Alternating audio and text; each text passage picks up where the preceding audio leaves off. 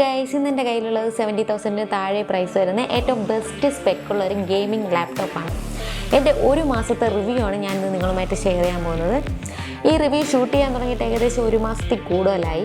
ഞാനിത് ഷൂട്ട് ചെയ്യുന്നതിന് ഇടയിൽ തന്നെ ലാപ്ടോപ്പ് എനിക്കൊരു മൊട്ടം പണി തന്നെ തന്നു. ആ പണി എന്താണെന്നുള്ളത് ഞാൻ ഈ വീഡിയോയിൽ പറയുന്നതായിരിക്കും. അതുകൊണ്ട് എല്ലാവരും വീഡിയോ സ്കിപ്പ് ചെയ്യാതെ ഫുള്ളായിട്ടും കാണാൻ ശ്രമിക്കുക. ഈ വീഡിയോ കാണുമ്പോൾ തന്നെ നിങ്ങൾക്ക് മനസ്സിലാവും ഈ ലാപ്ടോപ്പ് നിങ്ങൾ വാങ്ങണോ വേണ്ടേ എന്നുള്ളത്. ഇതാണ് ലെനോവോയുടെ LOQ. ബോക്സ് ഓപ്പൺ ചെയ്യുമ്പോൾ ഇത് ലാപ്ടോപ്പും അതോടൊപ്പം 170 വാട്ട്സിൻ്റെ ഒരു M110 ചാർജറും വരുന്നുണ്ട്. ഇതൊരു ഗെയിമിംഗ് ലാപ്ടോപ്പ് ആയതുകൊണ്ട് തന്നെ അത്യാവശ്യം നല്ല രീതിയിലുള്ള വെയിറ്റ് ഇതിന് വരുന്നുണ്ട്. ഏകദേശം 2.5 kg വെയിറ്റ് ഇതിനുണ്ട്.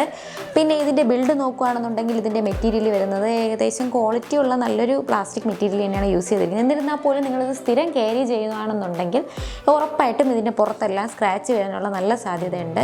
അതുകൊണ്ട് ഈ ലാപ്ടോപ്പ് വാങ്ങാൻ ആഗ്രഹിക്കുന്നവരാണെങ്കിൽ എന്തായാലും ഇതിലൊരു സ്കിന്ന് വാങ്ങി ഒട്ടിച്ചാൽ വളരെ നന്നായിരിക്കും.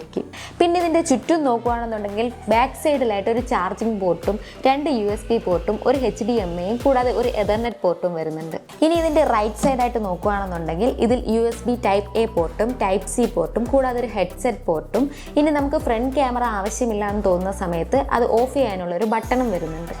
ഇനി ഈ ലാപ്ടോപ്പ് ഓപ്പൺ ചെയ്ത് നോക്കുകയാണെന്നുണ്ടെങ്കിൽ ഇതിൻ്റെ ഹിഞ്ച് നമുക്ക് 180 ഡിഗ്രി വരെ ഓപ്പൺ ചെയ്ത് വെക്കാവുന്നതാണ്. ഇതുകൂടാതെ ഇതിൻ്റെ ഡിസ്പ്ലേ വരുന്നത് 15.6 ഇഞ്ചിൻ്റെ ഫുൾ HD 144 Hz ഡിസ്പ്ലേ ആണ് വരുന്നത്. ഇനി ഇതിൻ്റെ കീബോർഡിനെ കുറിച്ച് നോക്കുകയാണെന്നുണ്ടെങ്കിൽ ഇതിൽ വരുന്നത് നോർമൽ LED ബാക്ക് ലൈറ്റോട് കൂടിയ അത്യാവശ്യം നല്ല കീ ട്രാവലിംഗുള്ള ബെസ്റ്റ് കീബോർഡാണ്. ഇത് ഗെയിമിങ്ങിനായാലും ടൈപ്പിങ്ങിനായാലും അടിപൊളിയാണ്.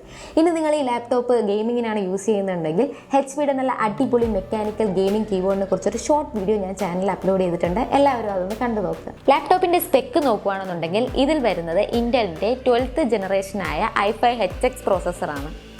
ഈ HX എന്താണെന്ന് വെച്ചാൽ ഈ സീരീസിൽ തന്നെ ഏറ്റവും പവർഫുൾ ആയിട്ടുള്ള പ്രോസസ്സേഴ്സാണ്. അതുകൊണ്ട് തന്നെ ഇതിൻ്റെ കൂടെ വരുന്നത് 170 വാട്ട്സിൻ്റെ ചാർജറാണ്. പിന്നെ GPU വരുന്നത് NVIDIAയുടെ RTX 4050 ആണ്.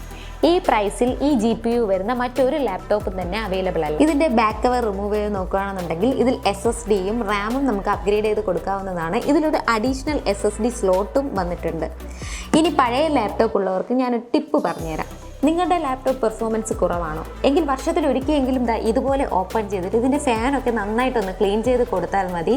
നിങ്ങളുടെ ലാപ്ടോപ്പിൻ്റെ പെർഫോമൻസ് എന്തായാലും മെച്ചപ്പെടുക തന്നെ ചെയ്യും. ഇതുപോലുള്ള ടിപ്സിനായി എന്തായാലും ചാനൽ സബ്സ്ക്രൈബ് ചെയ്യാൻ മറക്കരുത് കേട്ടോ. ഇനി ഇതിൻ്റെ ബാറ്ററിയെ കുറിച്ച് നോക്കുകയാണെന്നുണ്ടെങ്കിൽ ഇതിൽ വരുന്നത് 60 വാട്ട് ഒരു ബാറ്ററിയാണ് വരുന്നത്. പിന്നെ ഇതൊരു ഗെയിമിംഗ് ലാപ്ടോപ്പ് ആയതുകൊണ്ട് തന്നെ കൂടുതലായിട്ടുള്ള ബാറ്ററി ബാക്കപ്പ് ഒന്നും തന്നെ നിങ്ങൾ പ്രതീക്ഷിക്കേണ്ടതില്ല. പിന്നെ എൻ്റെ ഒരു നോർമൽ യൂസേജിൽ തന്നെ ഇതിൽ മാക്സിമം 2-2.5 മണിക്കൂർ ബാക്കപ്പ് മാത്രമേ എനിക്ക് ലഭിച്ചിട്ടുള്ളൂ. പിന്നെ ഇത് ഗെയിമിങ്ങിന് വേണ്ടിയാണ് നിങ്ങൾ യൂസ് ചെയ്യുന്നുണ്ടെങ്കിൽ ഉറപ്പായും ഇതിൻ്റെ ചാർജറും കൂടെ കരുതേണ്ടത് അത്യാവശ്യമാണ്. ഇനി ഇതിൽ ലെനോവോ കുറച്ച് AI ഫങ്ഷൻസ് ഇൻട്രൊഡ്യൂസ് ചെയ്തിട്ടുണ്ട്. ഇതിലുള്ള AI ചിപ്പ് നമ്മുടെ ലാപ്പിൻ്റെ യൂസേജിനനുസരിച്ച് ഡെഡിക്കേറ്റഡ് GPUയിലോട്ട് ഇല്ലെങ്കിൽ ഓൺബോർഡ് ഗ്രാഫിക്സിലോട്ടും ഓട്ടോമാറ്റിക്കായി തന്നെ സ്വിച്ച് ചെയ്യും. ഈ ഫങ്ഷൻസ് എല്ലാം ലെനോവോയുടെ വാൻറ്റേജ് എന്ന ആപ്പിൽ നമുക്ക് ആക്സസ് ചെയ്യാവുന്നതാണ്.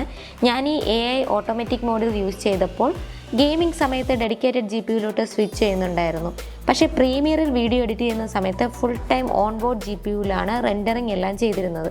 ഞാൻ ഈ AI മോഡ് മാറ്റി ഡെഡിക്കേറ്റഡ് GPUയിലോട്ട് കൊടുത്തപ്പോഴേക്കും റെൻഡറിങ് വളരെ ഫാസ്റ്റായിട്ട് നടന്നു.